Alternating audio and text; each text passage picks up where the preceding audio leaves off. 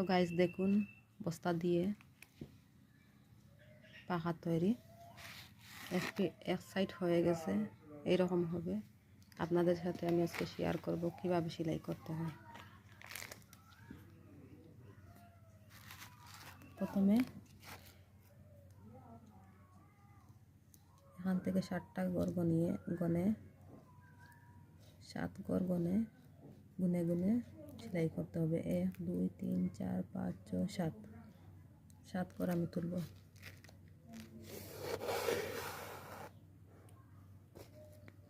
তারপর এখান থেকে 14টা গড় গুনব।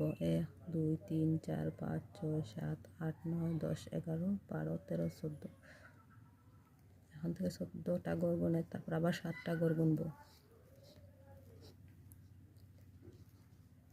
4 5 6 7। তারপর দেখুন আবার এখান থেকে 6টা গড় গুনব। 1 2 3 4 5 6।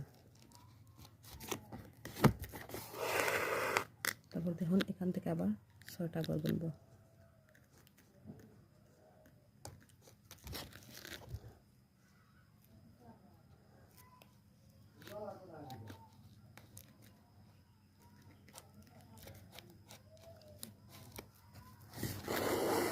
তো এইভাবে প্রত্যেকটা গড় গুনে এখন 5 গড়, তারপর 4 গড়, তারপর 3 গড়, এভাবে গুনে করতে হবে।